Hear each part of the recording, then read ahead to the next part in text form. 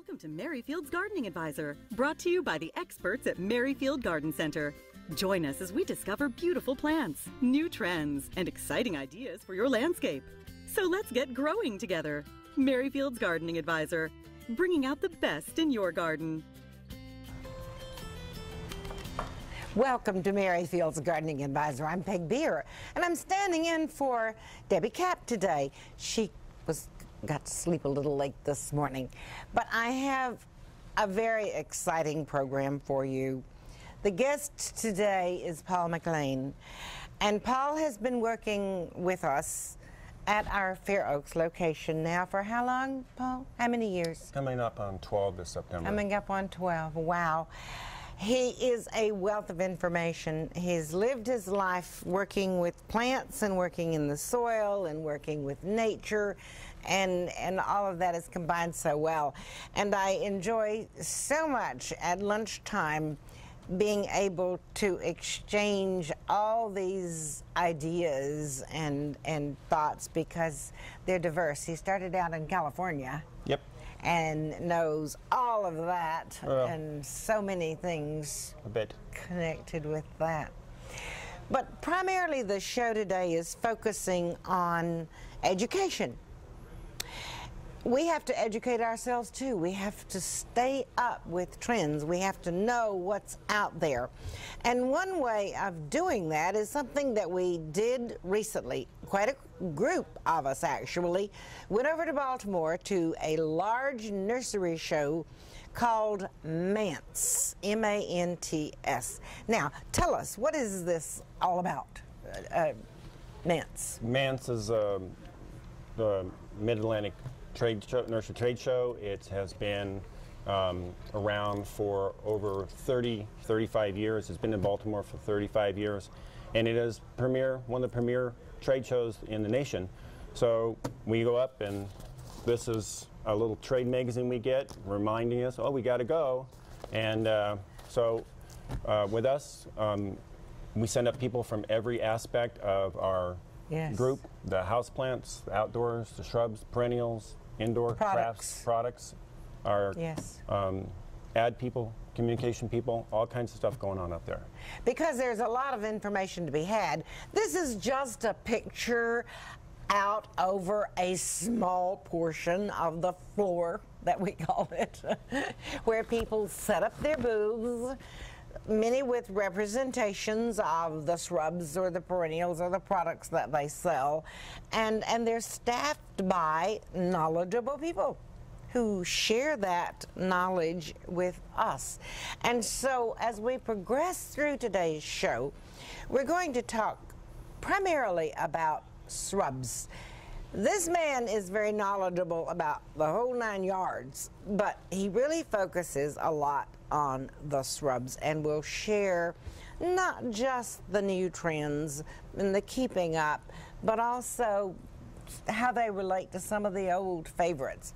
But we'll be back with that in just a minute, but we want to tell you about another education opportunity, and that is through our seminars.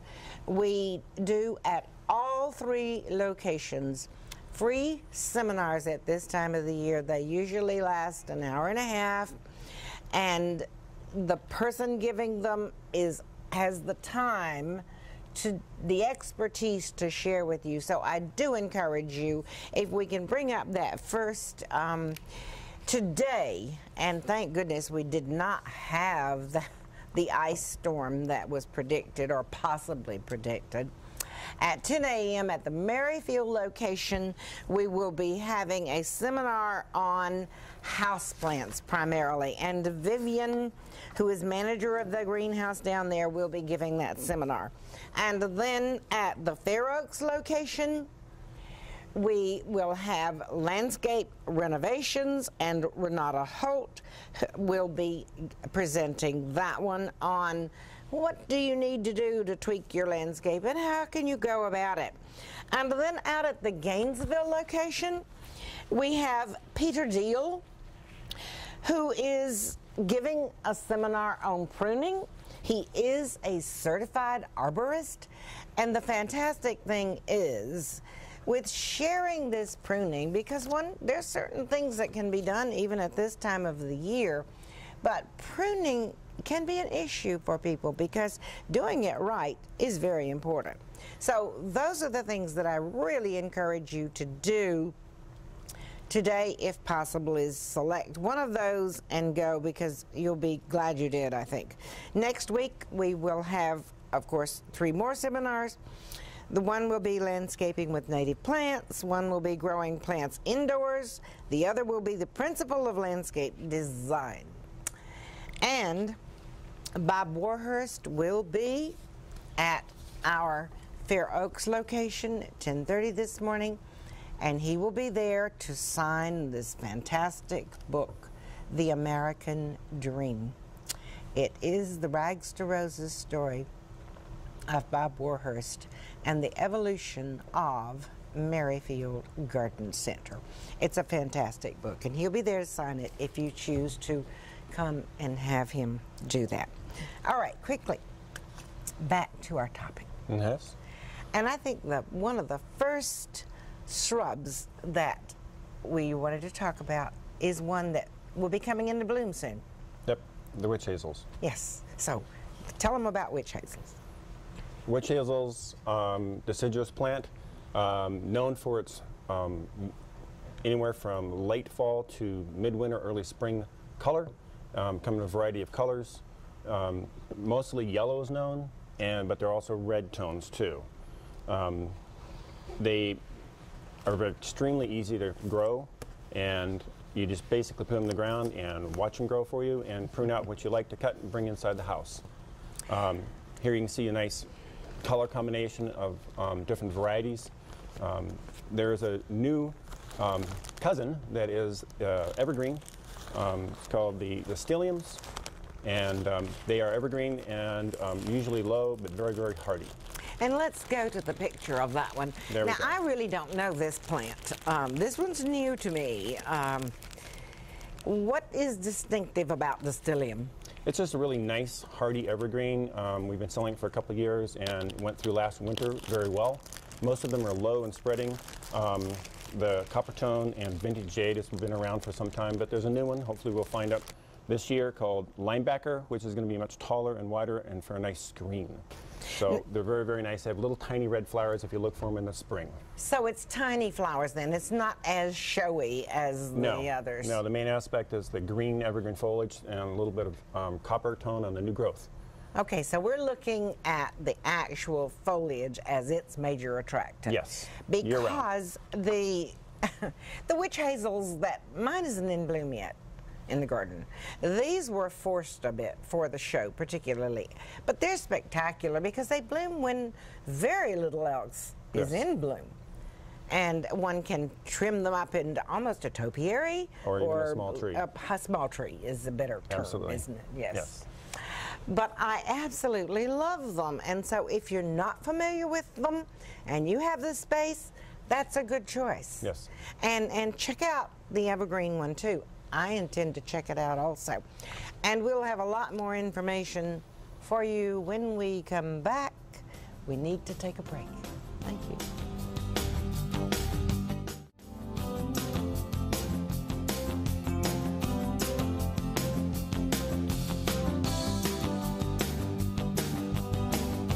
Welcome back to Merrifield's Gardening Advisor. And welcome back to our educating ourselves and hopefully, therefore, being able to educate you in some of the techniques, the trends, all of the wonderful things. But we've got a great man to do that here today. Paul, we need to continue with some of the things that we actually learned at Mance, okay? And a lot of that is choices. What about those choices? You know, how are they presented? Well, when we walk into Mance, there's all those booths you saw on the pictures, and then we get to talk to people we've met before. We get to meet new people. We get to see the plants that are coming up, new trends, new fashions. I just picked up a few of the things that are available. I always resist when I walk into the manse. There's always handing out bags so that you can put stuff in, and I really did a pretty good job. I got halfway through before I got a bag, but then of course it loaded up, and then my arm was tired by the end of the day. But it's loaded with all kinds of stuff that hopefully I'll get through and find out and remember what I actually saw there. So it's a lot of fun, and it's some of us take 2 days to get through it, and even then it can be exhausting but overwhelming, and sometimes you don't still get to see all of it. That's right. There's a great deal to be learned there, and as a lot of presentation, but a lot of times plants that we've become accustomed to. It's not necessarily just those plants that are new for this year, okay? And we talked about branding. This is something that's it's been coming into the trade for a while. Yes. And branding, and I'm sure Paul can probably explain it even better than I can, is a lot of these companies have chosen to bring on some of these new things themselves.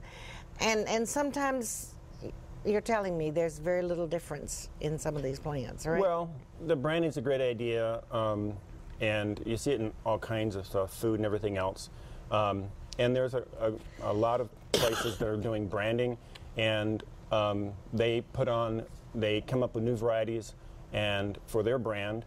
And there's brands for the South, there's brands for the Mid-Atlantic, there's brands even for California, Northwest, and in the central states. And so we get to see all these at manse. They come from all over the nation, and then we get to pick and choose which ones are going to work best for us, because that's our job, is to make sure we pick the best varieties that hopefully are going to do great for you and this location where we live. So some people come into the store asking for a new plant they saw on TV or magazine, and we have to remind them, well, you know, that plant probably does a little bit better in a different location than here. But there is also just so many choices. We can't carry absolutely everything. So we do have to pare it down, but we do carry a lot of different material. And if you're looking for something in particular, you can ask for it. Can't promise we're going to get it for you, but we can look for it. Absolutely. For instance, on the branding thing, I have in my hand a wonderful brochure put out by Southern Living. And they have a branded line of plants. And they're, for the most part, beautiful. We have to select those that are hardy in this area. As you said, that's so very important. But that's one of the ways of branding. Right. And we make those choices. Let's tell them about some of these plants we've got beautiful pictures of here. Okay. Let's bring up Loropetalum. Loropetalum has been a pretty much southern plant for a long time, and but they're getting hardier varieties, and it was also a rather large plant. Originally it was a green leaf with white flowers, and they've been finding newer and newer varieties with, you can see this very purple burgundy foliage. It is an evergreen in the south. Up here it's going to be more or less semi-deciduous or semi-evergreen, which I kind of like, because in the spring when you have no foliage, at least on the top part of the plant, the pink flowers on the burgundy leafed ones stand out extremely well, not so hidden by the foliage. Now I know that this is a plant that isn't used a great deal. Now you probably know more about it because you're out in the shrub section with that, and I hope you are moving. I know that this is one of your favorites because it's beautiful foliage color. Yes. Wonderful contrast. Yeah. Here it is mixed in with other plants. We've got coleus, we've got a nice grass, and then we also have a new yellow nandina. It doesn't turn red. It's called lemon lime. We got it last year. It's coming out more this year. Very nice and short. And so is the Loropetalum. In this case, a very short, low-growing, kind of cascading.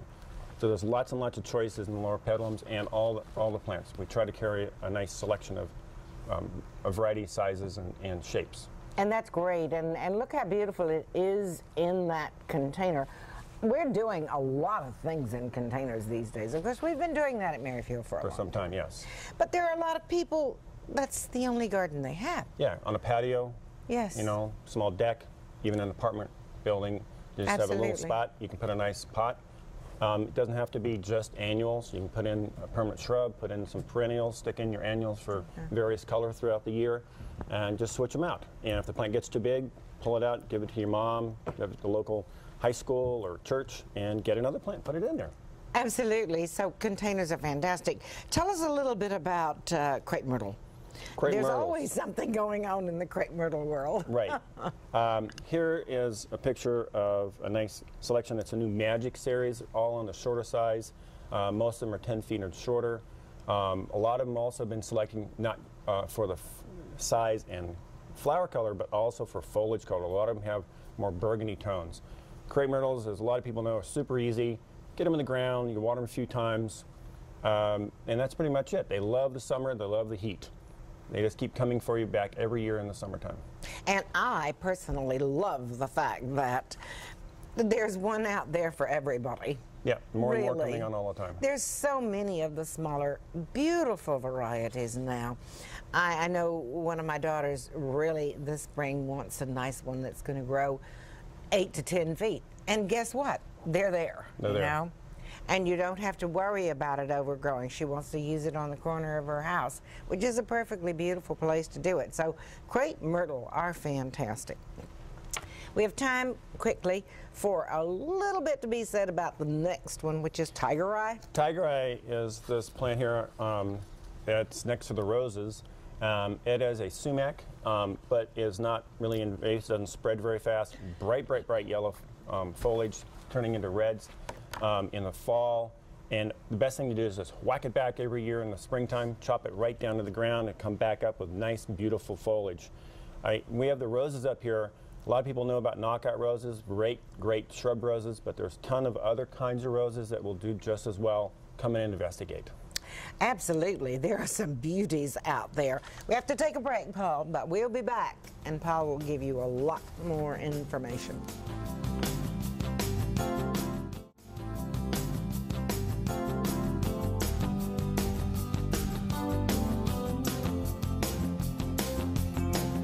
Welcome back to Merrifield's Gardening Advisor and to the wonderful advice that we're getting from Paul McLean. Paul, as a reminder, is primarily in the shrub section out at our Fair Oaks location, but Paul can be anywhere. You'll often find him at the information counter also. Wandering around looking because for people. He's a fill-in anywhere. Isn't it wonderful to be able to do it all? Yeah. Not all, a lot. A lot. Not all. I think it's all. The next thing that we want to talk to you about, because here again, there are a lot of new introductions here. Some people say too many, but it's always fun. I don't know. I just turned to this incredible, just 2 pages in one of these booklets that we picked up at the show, and there's 6 different hydrangea, and I want them all. You need a bigger place, Peggy. No, I can't have them all. And so I look to you to guide me. Talk about hydrangeas, because they're very different. Yeah. Hydrangeas, most one familiar with are macrophyllus, and the macrophyllus are the big, what most people consider the big mop heads, but they're also the lace caps where they don't have any petals in the middle. And those are the most popular. But they do require a tad bit more care, or at least definitely in the right location. Usually a little bit of midday sun is always great for them. Though I have seen them growing out in full sun, a lot of people get a little confused, but then they just have smaller leaves, maybe not as green, but they bloom like crazy. Here's a great picture of mostly macrophyllus, which refers to their large leaf macrophylla. And again, that's just a small, tiny amount of the varieties that have always been out, and they're coming out with newer varieties, selecting for color, for size, and even reblooming qualities. The macrophyllas, most of them bloom on old wood, and they have to have the wood that grew last summer make it through the winter, and so they can bloom this year. That's why a lot of you had your macrophyllas not bloom very well or even at all this year, because last winter was so cold for so long that they dried out, died back below the previous season's wood, and so they didn't bloom. And even some of the rebloomers had a little bit of a problem. And so just remember, do not cut back your macrophylla down like you would a rose or something. You've got to normally wait until they bloom, and you can cut down the blooming parts in June when they finish blooming, and they'll just put up new growth, and it'll bloom next year for you. And that's the ones that we have gotten to know as endless summer. Endless summer is one of the one first, of them, and that is a branded. It's branded, chameleon. They yes. have other endless summers, and they're coming out with new ones. And they do very nice. Some people have better luck than with others. If you put it somewhere and it doesn't work very well for you, you might try moving it to another spot. And many times it'll take off and do well for you. Just change its environment a little bit, maybe a little more sun, a little less sun, and a lot of times it'll work better for you. I've done very well with those. Now, explaining the difference of the macrophylla, which is traditionally the mop head. Right. Then let's go to the lace caps, or actually some of the other mop heads. Right. Let's talk about paniculata. Well, this picture here does have a nice picture of the lace cap, and that's a macrophylla. You can see the very small, the petals with almost nothing in the middle. But on the other side, there are 3 pictures of the paniculatas, and some people are familiar with the paniculata with the PG hydrangea. It is a summer bloomer. All the paniculatas are summer bloomers, very much like crepe myrtles. They like the sun. They bloom on new wood, like a crepe myrtle does, so you can actually cut these down to the ground if you wanted to, and they'll just come back next year and bloom. That's why if you had paniculatas last year, they went through the winter, didn't matter. They can take the cold much better than the macrophyllas, but even if they did get chopped back or frozen back, they still came back and bloom for you in the summertime. And again, they're coming out with a lot of new varieties. Traditional ones were 10, 15, even 20 feet high. They've been shortening them, producing more color range, usually white. They're coming up with ones that have more pink and red tones in them, and shorter statures. I know Little Lime has been one that I have in my garden, and it's smaller. But I can see there's one called Little Quick Fire, Firelight, Limelight, Little Lamb. Yep. And we may or may not have every one of those, but they all do similar things, and that's what we were talking with the branding. Well, yeah, and if we even just sort of forget about the branding for a little bit, it's just great because they are coming up, because they have so many new varieties out there. We can usually find one that will fit your location. You don't necessarily, you might come in with an idea, oh, I'd like to have this, but then we want to talk to you to make sure it's going to fit in your location. We might realize the one that you're kind of asking for is really not going to do what you want it to do, or you don't want to work with it as much, and we can find one that's going to fit in your location much, much better. And here again, we talked about containers, that some people can only grow in containers, and I have a penchant for growing things in containers. So do I. No, but they're mobile. Yes. You can move them around. You know? You can change them with the seasons. There's a lot of advantages to growing things in containers. And I think we have a picture coming up that you selected. Now let's go to the next one. Well, here. Well, that's good right there. Yeah, let's stay And there. as you can see, these are paniculated hydrangeas, and you can see 2 of them are in containers. I have one at home in a container and does very well. Not a very large container. Just have to remember to water it once in a while. But again, since you pick the shorter varieties, you prune them back hard, and they'll come out with these nice, gorgeous flowers in the summertime. And when they're not in bloom, you can move the pot somewhere else, put something in its place. And they're just great. They're Absolutely. super easy to take care of. Yeah, I just love this wonderful group of plants because it offers us so many different things. Before the segment is gone, again, a huge grouping of shrubs of the conifers. Conifers. And I know that those are we got a lot of favorites, don't we? Yeah, too many. Right here is a great picture we got at the show. And at the very bottom, you'll see little labels, and those are a lot of those are, all of them are genetic dwarf or miniature forms of their bigger cousins and relatives, and they're great for alpine gardening, or as Peggy likes to call it, fairy gardening in little pots. And they do very well, again, and they can stay outside all winter time. So we have lots of different containers you can put them in, or you can go ahead and put them in your yard for a little miniature alpine garden. And keeping, some of them are very miniature. Some of them require a little bit of pruning to keep them to a container size anyway, but not if you've got a small rock garden area. But you won't have to worry about them outgrowing and constantly having to prune, you know. We have ones that work, and every once in a while they'll pull up one of the plants been in the ground for like 10 years, and then we'll put it in the ground or sell it off to someone.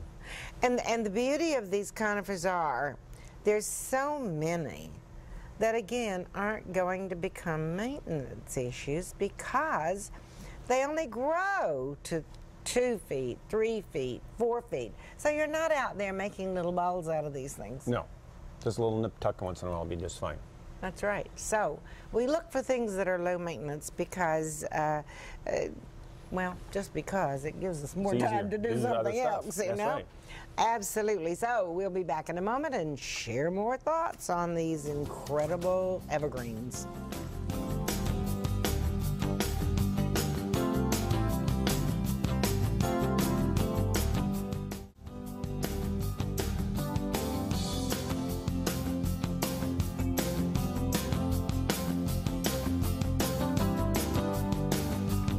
And welcome back to Mary Field's Gardening Advisor and to the advice of this wonderful gentleman sitting beside me, Paul McLean. We have quite a bit of territory to cover in this one because our time goes so quickly. And so we've got some beautiful pictures that I'd love you to just talk through, Paul. All right, real quickly here. First one's up is Deodar cedar. It's actually golden deodar cedar. Deodars are great plants. They are moderate growers. They're going to take a while to get tall if you're talking about the regular forms, but when people see deodars in the ground and realize what they are, they're just quite nice. I grew up with them as a kid. But this one here, the foliage has a golden tinge to it. Again, some of the golden foliage does best where it gets maybe not as intense sun, but it will add yellows. I love for evening gardens.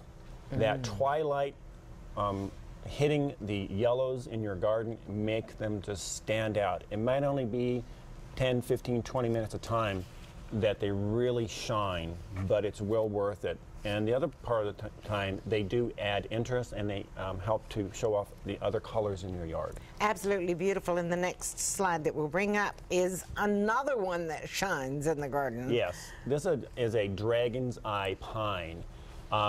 There's a number of different species that can be called dragon's eye, but they have, when you get up close to them, they have yellow on a portion of the needle, creating at best a circular pattern in the growth of the needles as a group, and the Japanese and Chinese thought that looked like a dragon's eye, and that's what they call it. Most of them are going to be getting up into some nice size, but very good plants for interest and for show. And in the next one, there's two interests. You've got the golden touch on the one side and the variegated bluish on the other. I love these plants. Right. Here we have another conifer that is the golden fern leaf Camellia superius, or like a hinoki cypress. And it does kind of look like a fern. There's a green form of it. Does roll well. Again, needs maybe some midday filtered light. The other one is Little Heath Pieris. A lot of people call them Andromedas. This is a dwarf Pieris, and it has that nice variegation, has some nice ruby tones to it in the new growth, and it will bloom for you in the spring like any other one. And you know that one has done very well for me in the larger containers. Yes, it's a very good containerized plant. Very pleased with it. Good drainage needs. Now the next one that you're very familiar with is persimmon, but this is a different one, brand new on the market. We got some last year. It is a native persimmon, or nice Virginia native, but it's a weeping form. Nice glossy foliage, so it's not going to get very wide at all. And you're actually going to have to probably train it to get much height at all. But of course, in the fall, persimmons are gorgeous colors. Being a native, it will fit into our environment very well, growing very well for you. But it's just a nice new additive, something narrow, super easy to grow. And again, the shiny green foliage with that fall color is gorgeous. And in the wintertime, you'll have this nice draping branch work. And that's fantastic. And speaking of another one that has incredible interest and is new, this one, redbud. This is a redbud. What's new about redbuds? They grow in the forest. This one here, nice pink flowers. It's called Rising Sun. This is the flowers on it. You can just see the new growth coming out there, and it's kind of a bronzy color. In the next slide, you'll see a field full of them. And the neat thing about it is that it's a green leaf, but then they have the new growth comes out orangey, bronzy, going to a yellow. Doesn't get as large as a regular redbud, but again, what's nice about it, it's going to help brighten up an area. You keep putting greens in your yard, and this will help to distinguish, break it up a little bit. That wonderful change of color, it really adds some impact to the landscape. But also, we've had a lot of changes of form in these things too. And this redbud, there's several new varieties out there. There's lots of new varieties. The Appalachian series. There are some new weeping forms that have come on the market recently. The green-leafed weeping has been around for a long time, but there's several of those. And there's also the burgundy-leafed weeping ones. They're invaluable to me. Yeah. I have a lot of them in the landscape. And another nice native plant for the East Coast. Yes, we do. Talk about the natives. Well, this is it. Yes, this is a cultivar. Yeah, it's a cultivar, but it's still a native. But it's great. Like we're native to the earth. And this one is a native, and I was very excited about this one. Oh, very my. interesting plant. Peg was so enthralled that we did put it up. Hopefully we'll get it in this year. We're not sure, but I had to have hopefully. Beautiful color, bright colors. A sweet bay, and that's Sweet a bay, native too. Native magnolia. Yeah. Semi-evergreen. Don't expect to keep a lot of leaves in the wintertime. No, drops Nice, a lot of leaves. fragrant white flowers, lemon scented in early summer. And we'll take some moisture too. We'll take a lot of moisture. Doesn't need it, but we'll take it. A big plus. There's your now, bed. All right, there's got to be fun sides. Having a beautiful landscape is fun. Planting plants is fun. Learning about them is fun. But we have fun in other ways. What constitutes a container, Paul? Not in native earth, in the ground, Mother Earth. It's above ground, in something. Okay. And this is a bed of plants. It's a bed of plants. How about that? Isn't that fun? And another fun thing that we saw is some of the exhibitors. They're always contributing to the fact that this is supposed to be fun. Fun, inspiring, new, Yes. different. That's a sunflower. And a learning process. Or is it? They created this incredible sunflower from the golden branches of evergreens, and the center is seed buds. Yep. So I thought that was fun. And then in the next one, we have the opportunity to laugh at ourselves. Perennial Plant Association. Rare species right there. Rare species. You'll talk about that rare species? No. In that particular one, the Perennial Plant Association has a conference yearly. And this year it will be in Baltimore. And it's for all of us who are learning from one another in this industry. And the flamingos and the fun was to be reminders to everybody who attended that show that they need to go to that show also. Well, you'll probably be there. I hope so. Yeah? All right. Now, I don't know, I hope I told you, we are taking phone calls today because Paul is a wealth of information, and this is another way to share that wealth with you. And so we will take a break and get ready with your questions for Paul because he can answer them.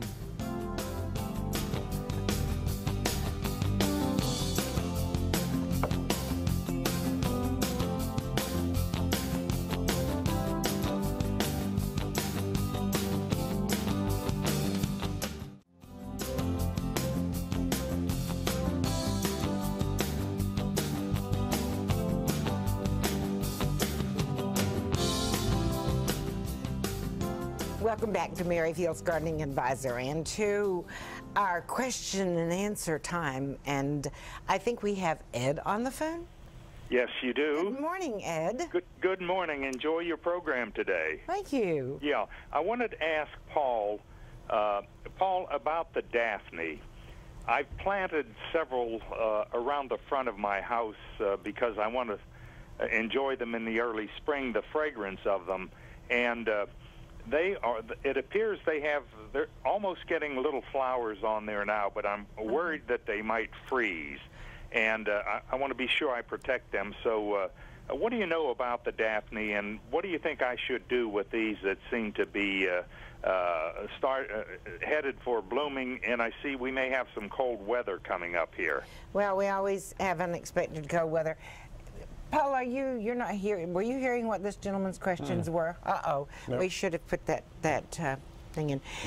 So let me reiterate just a little bit, Ed, for his benefit. His question is about Daphne. Right. And he has a number of them actually at the foundation of his house. He's in Fairfax.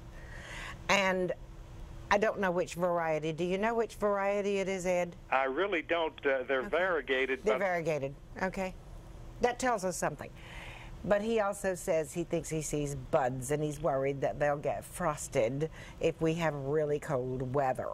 Now, I'm certainly interested in hearing what you have to say, but there's always frost cloth, too. Yeah, there is. But Daphne is a winter bloomer. Right. And so the buds, if they're tight, they should be fine. Maybe if they open up, if we get warm enough, they actually start to open, and we get a really cold spell, which would be below 20 or in the teens, they might lose a little bit. But Daphnes are cold, hardy plants. The thing I have a problem with is people water them. I'm always reminding that treat them like a succulent. They don't need so much water in the summertime.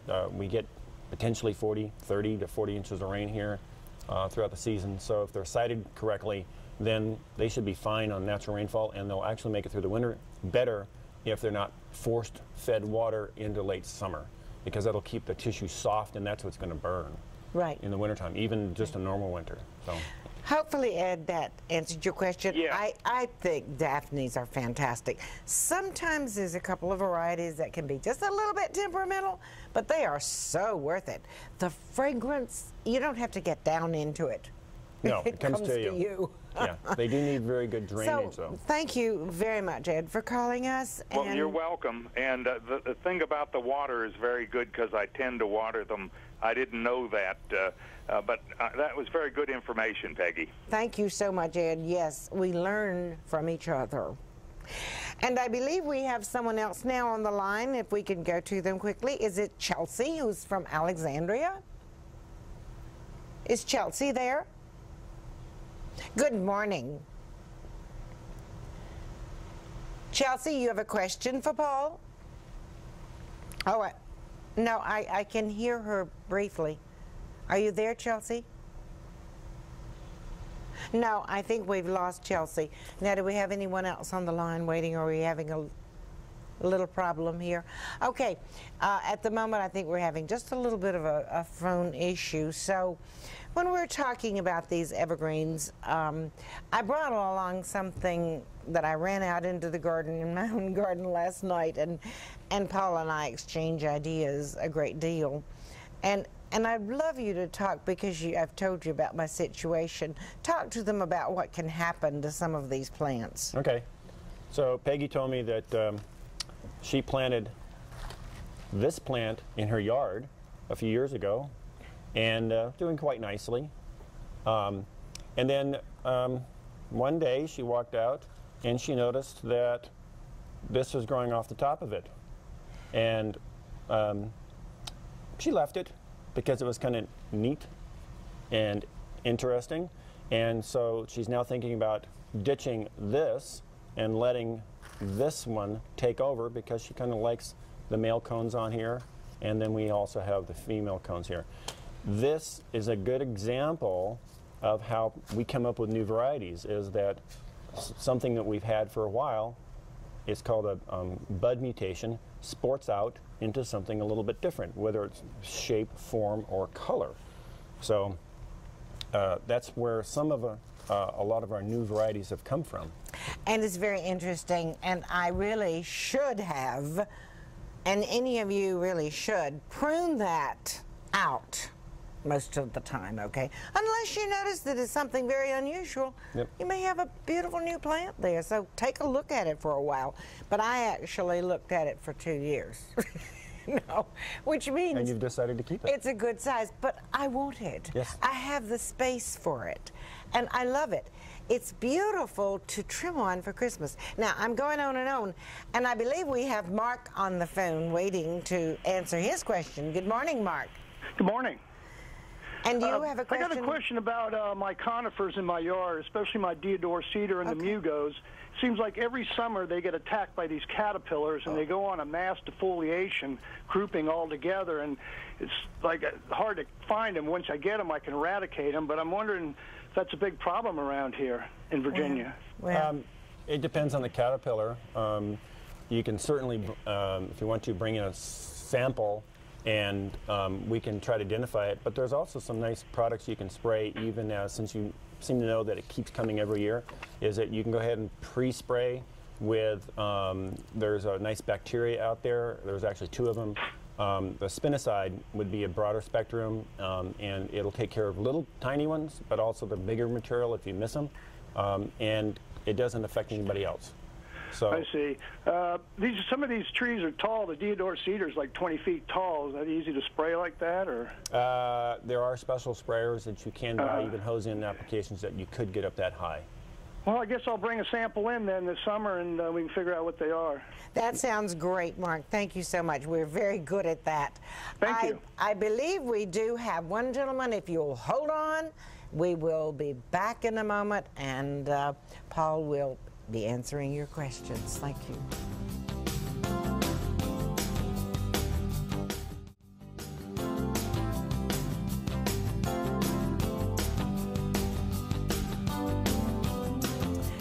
Good morning and welcome back to Merrifield's Gardening Advisor and to our question and answer series. And I believe we have Greg on the phone from Silver Spring. Good morning, Greg. And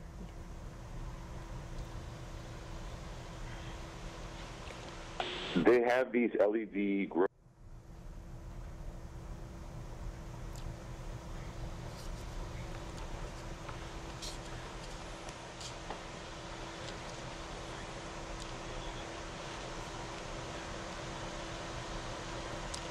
right. Okay, we have to do a little bit more research on some of these LED lights. I'm certainly not a specialist, and I think in discussing this with Paul, neither is he. I have only begun to work with some LED lights. Simply, they're more expensive to purchase. They're a lot less expensive to run. But the only ones that I have are simply to get those plants through the winter. It isn't to get the blossom, and I'm not worried about the different spectrums. But forgive me, Greg, I really can't answer that question to the degree that you needed answers. Fortunately, there's a lot of research that can be done online, and we will soon in the store have a lot of this different LEDs set up, right? We do have some LEDs In the process store now? Okay. I'm not that familiar with them. We definitely have gentlemen at the information desk That is more so. are more adept to that aspect. Right. I know. I just know that we James have is. we have fluorescent forms, and then we also have ones you can put into regular socket. But that's about my knowledge of those at this time. Thank you for calling, Greg, because we've got to do a little bit more research on that. And I believe we also have a gentleman that's been holding for a little bit. Al? Nope. Dan? Yes, I ma'am. think we lost Al. Okay, Dan, good morning. You're from D.C., right? Yes, ma'am. How are you this morning? I'm good. And you have a question for us? Yeah, it's a two-part question. Okay. About 7 years ago, we put in a lot of camellias in the front of the backyard. My question is, when do I what do I feed them with, and when do I do that? And the second part of the question is, 2 of the camellias in the front yard are starting to show like little white spores under the leaves. I mean, what is that, and how do I treat that? Got a little bug. Yeah. Okay. Well, let's tackle the first one easier first. You're talking about feeding. The camellias, you should be putting down some fertilizer. Anytime, really, even now you could put it down underneath your mulch and it'll just slowly work into the ground. A nice organic base product. Acid bloom food is great. Polytone, plant tone, either one of those if you have those, but there's other choices. They do like to have a nice loose mulch on top, something like composted leaves or even a fine bark product, because that's reminiscent of their natural habitat, which is in open woodlands, and that's what's on the ground for them. Excellent. So the other aspect, little white specks on the bottom of the leaves. The best thing is to bring in a sample, or you can call us and maybe you can send a picture to us. But it could be anything, and so don't like to speculate. I remind people all the time, maybe you calling up the doctor and saying, I have a pain in my chest, give me something I can go down and get to get rid of my pain in my chest, doctor, and go, no, you got to come in and we have to check you out and make sure we give you the right product. So, you know, I love it that you just said that, because I so totally believe in that. This is why I believe that it's so important to people to come to the information counter, to have that identified properly, and then to put the appropriate thing on it. You know, we need to use all of our chemicals or naturals properly. Yes, and we have so many people that are so knowledgeable working those info counters. Now, we've run out of time. I really don't have time. I think Dennis from Frederick was calling, but we really don't have time to pick up on that call, because when we're out, we're out. Yeah. And I do very much appreciate your coming to be with us today, Paul. And we look forward to next week, another topic, another